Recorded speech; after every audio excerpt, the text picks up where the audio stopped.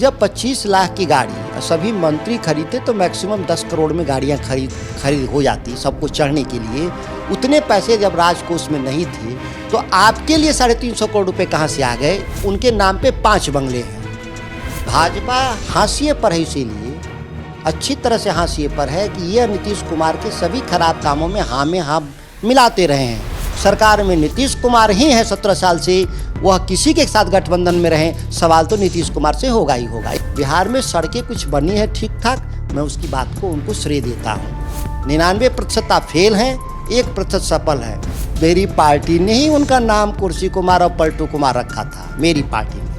Bharatiya Janata party का खुल करके उनके नेताओं, उनकी नीतियों का आज भी समर्थन करते हैं नीतीश कुमार। लोगों के मतलब से क्या? उनको उनका इशारा नरेंद्र मोदी और अमित शाह से था। उनकी नाराजगी अमित शाह और नरेंद्र मोदी से, उनकी नाराजगी भाजपा से नहीं है। वैचारिक रूप से मुद्दों के आधार पे नीतीश कुमार और भाजपा में कोई अंतर नहीं है। बेहद ही गैर लोकतांत्रिक व्यक्तित्व का नाम है नीतीश कुमार, तानाशाह है। नमस्कार, मैं हूं केशव और आप देख रहे हैं नवभारत टाइम्स। एक बार फिर से सुधाकर सिंह, जो आरजेडी के पूर्व कृषि मंत्री हैं, एक बार फिर से बगावती तेवर में हैं। उन्होंने नीतीश कुमार के खिलाफ मोर्चा खोला है और कह रहे हैं कि उनके नाम पर 5 बंगले हैं। हालांकि वो अपने आप के बारे में कहते हैं कि वो सच की लड़ाई लड़ रहे हैं। जानते हैं उनसे कि आखिर वो क्या कुछ बताना चाह रहे हैं।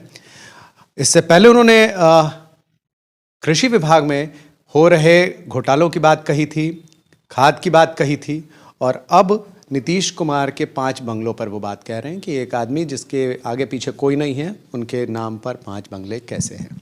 सर,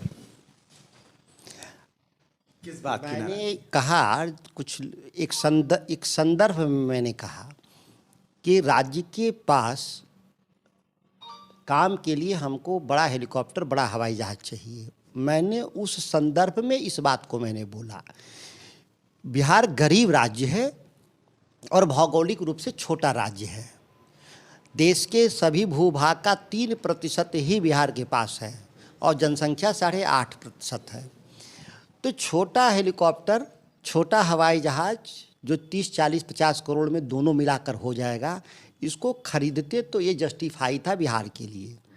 नहीं था तो भी चलते ही थे लोग। पुराना हो गया है, दुर्घटना हो सकता है, वीआईपी लोगों के लिए खतरा है। लेकिन इसको 35-40 करोड़ की चीज़ों को ये 350 करोड़ रुपए खर्च कर रहे हैं। ये हमारा ऑब्जेक्शन इस सवाल पर। दूसरी बात कि जब ये मुख्यमंत्री बने इस बार, तो ओथ लेते ही एक डायरेक्शंस गया कि बिहार के मंत्रियों नए गाड़ी नहीं खरीदेंगे क्योंकि बिहार की आर्थिक स्थिति, माली हालत ठीक नहीं है। जब 25 लाख की गाड़ी सभी मंत्री खरीदते तो मैक्सिमम 10 करोड़ में गाड़ियां खरीद हो जाती सबको चढ़ने के लिए। उतने पैसे जब राजकोष में नहीं थे तो आपके लिए 350 करोड़ रुपए कहां से आ गए? ये सोचने वाला विषय है। बिहार की जनता की तरफ से सवाल है मेरा। यह मैंने उसी संदर्भ में कहा कि जितना ये शुचिता की बात करते हैं, ईमानदारी की बात करते हैं, इससे ही जग जाहिर है कि वो उनके नाम पे 5 बंगले हैं, 5 बंगले हैं। ऐसे में सवाल उठता है कि क्या जो जिस तरीके से नीतीश कुमार का कहना है कि पिछली कैबिनेट भी जो है वो उसने इसकी मंजूरी दी थी और गाड़ी जो जेट और हेलीकॉप्टर लेना है, इसमें कोई गलत बात नहीं है, हमें इस पर कुछ नहीं कहना, जैसा कि उन्होंने कहा। पिछली कैबिनेट में कहने का मतलब हुआ कि भारतीय जनता पार्टी के लोग संलिप्त थे उनके सहयोगी में। मैं भी कहता हूँ कि जब सत्ता में हम हैं तो सब चीज़ में हाँ जी, वो भाजपा हो चाहे राजद हो, और विपक्ष में जाके नाजी, ये बिहार की जनता बहुत अच्छी तरह से समझ रही है। भाजपा हाशिए पर है, इसीलिए अच्छी तरह से हाशिए पर है कि ये नीतीश कुमार के सभी खराब कामों में हाँ मिलाते रहे हैं और आज भी वही काम कर रहे हैं भाजपा के लोग। इसीलिए वो जनता के नज़र में वो उतने विश्वसनीय नहीं है, उनके तर्क विश्वसनीय नहीं है। लेकिन बिहार की जनता का सवाल तो है, सरकार में नीतीश कुमार ही है 17 साल से, वह किसी के साथ गठबंधन में रहें, सवाल तो नीतीश कुमार से होगा ही होगा। ये किसी पार्टियों का मसला नहीं है। लेकिन आप लगातार नाराज़ चल रहे हैं, आपकी नाराज़गी की वजह क्या है? आप उनके अभी आरजेडी गठबंधन में है, आप उनके कृषि मंत्री रहे, फिर आपको हटा दिया उन्होंने। नाराज़गी कहाँ है? क्या इस वजह की है या और कोई पुरानी बात है? आप साल 2010 का भी जिक्र कर रहे हैं। नाराज मैं कहाँ हूँ? नाराज तो वो थे ना, हटाया उन्होंने।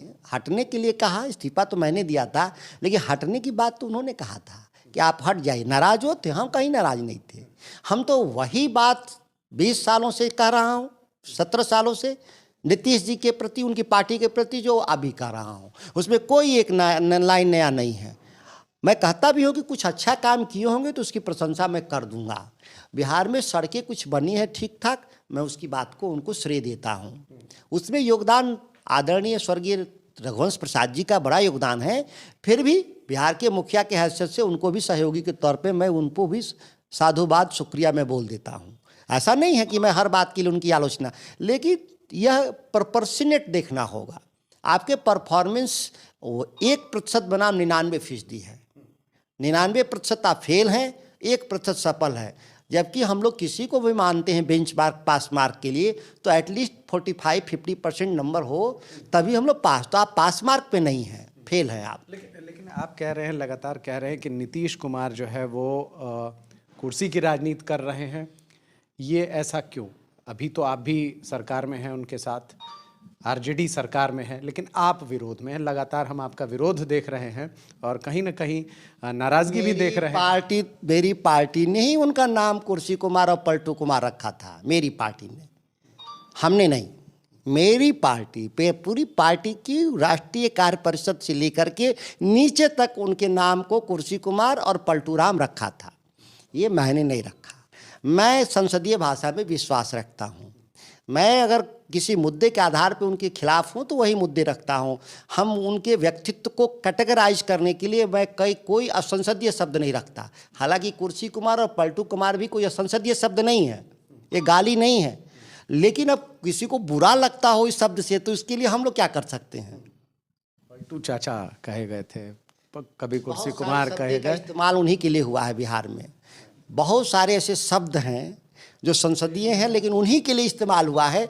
केवल आप इन शब्दों को कहीं भी चौक चौराहे पर अगर कहीं यूज कर रहे हैं तो लोग समझ जाते हैं किसके बारे में लोग बोल रहा है। एक शब्द है पेट में दांत, इसको आप कैसे डिफाइन? नहीं, ये सब असंसदीय है। जो लोग कहते हैं ऐसा नहीं कहना चाहिए। तो आरजेडी नहीं है? नहीं, अगर किसी ने कहा है तो मैं इस बात से 100% सहमत हूँ और यह ऐसी भाषा का मैं व्यक्तिगत तौर पे विरोध करता हूँ। जो लोग कहा होगा, हम किसी को रेफरेंस नहीं, लेकिन जो ऐसा बात कहते हैं ऐसा नहीं कहना चाहिए। लेकिन वहीं हम आपसे ये जानना चाहेंगे कि देखिए लगातार नीतीश कुमार जो हैं वो अटल बिहारी वाजपेयी की जयंती में जा रहे हैं, वहीं दूसरी तरफ अरुण जेटली पर माल्यार्पण कर रहे हैं, उनके प्रति आस्था दिखा रहे हैं।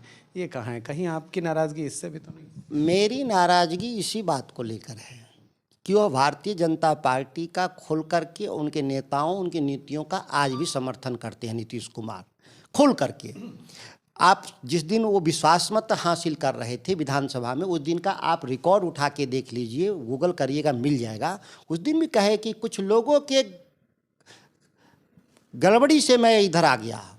अगर मेरी बात को मानता वर्तमान नेतृत्व तो ये दिन नहीं देखना पड़ता। ये तो विधानसभा में बोला। कुछ लोगों के मतलब से क्या? उनको, उनका इशारा नरेंद्र मोदी और अमित शाह से था। उनकी नाराज़गी अमित शाह और नरेंद्र मोदी से, उनकी नाराज़गी भाजपा से नहीं है। आज भी भाजपा से उतने ही प्रगाढ़ रिश्ते हैं जो पहले थे उनके। यह तो अपने खुलेआम मंचों से कहते हैं।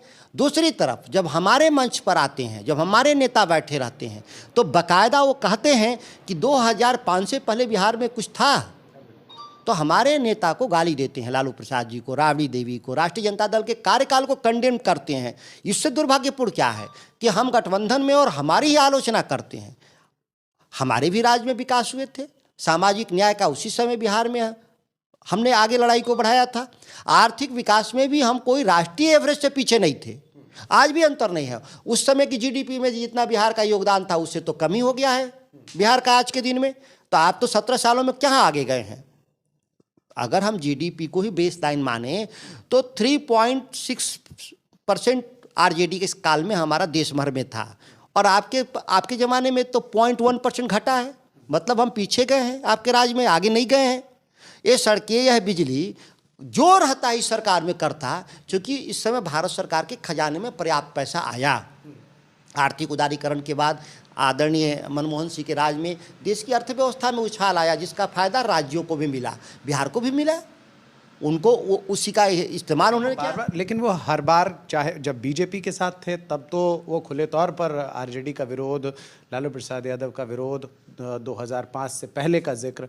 अभी हाल में भी उन्होंने खुला अधिवेशन की में उन्होंने ये बात कही कि 2000 पहले से क्या था आप तो जानते ही हैं। तो ये बार बार ये विरोध क्या जताता है, क्या फिर से पलटी मार सकते हैं? एक बार नहीं, दर्जनों बार मुख्यमंत्री नीतीश कुमार ने इस शब्द का इस्तेमाल किया है और कभी भी अपने भाजपा से रिश्ते को छुपाया नहीं नीतीश कुमार। जब तक मैं जीवित हूँ अटल जी और हम जेटली साहब के हम रेडी रहेंगे। वो तो उनके रिश्ते हैं, आज भी भारतीय जनता पार्टी से रिश्ते हैं। उस बात को लेकर उनको कभी अफसोस नहीं रहा, आज भी उनको अफसोस नहीं है, होगा भी नहीं। उनके व्यक्तिगत झगड़े हैं नेतृत्व से। कल शायद नरेंद्र मोदी जी और अमित शाह भारतीय जनता पार्टी से के जगह पे कोई दूसरा नेतृत्व आ जाएगा तो उनके समझौते हो जाएंगे। एक गुटबाजी में हमेशा विश्वास रखते हैं, जहाँ रहते हैं गुटबाजी करते हैं।